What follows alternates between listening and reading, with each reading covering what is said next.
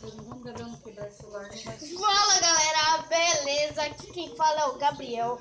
E hoje eu estou aqui para mostrar uma receita de como fazer um slime sem cola.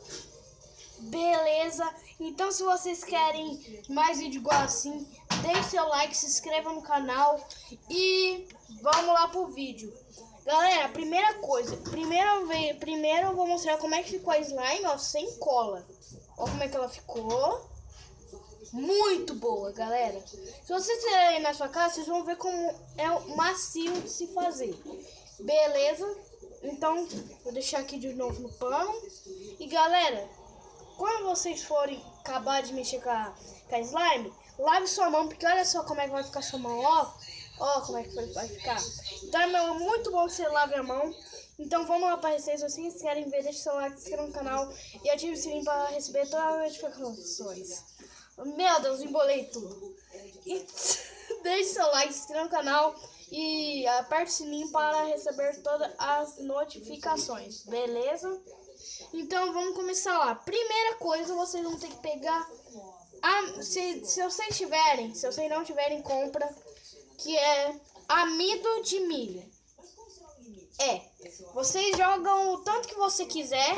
Se você quer a slime mais grande, se você quer a slime mais pequena, se vocês querem a slime mais pequena, se vocês querem ela mais grande, vocês que escolhem, tá?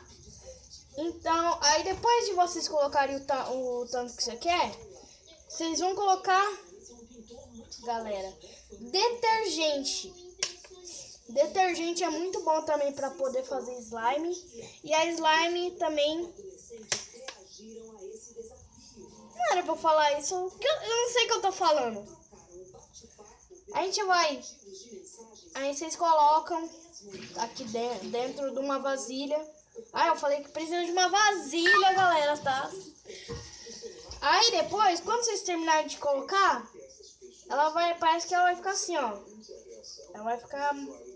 Mas vocês não podem fazer isso sem violeta. A violeta, galera, é muito boa. Era a única que eu tinha aqui em casa, ainda bem que funcionou.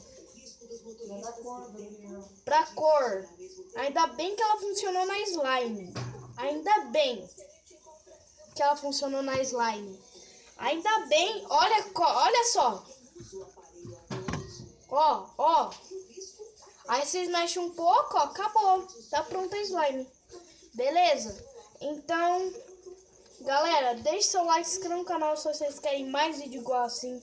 E se inscreva no canal para receber todas as notificações. E aperte o sininho também, a mesma coisa que eu falei, para se inscrever. Beleza? Falou!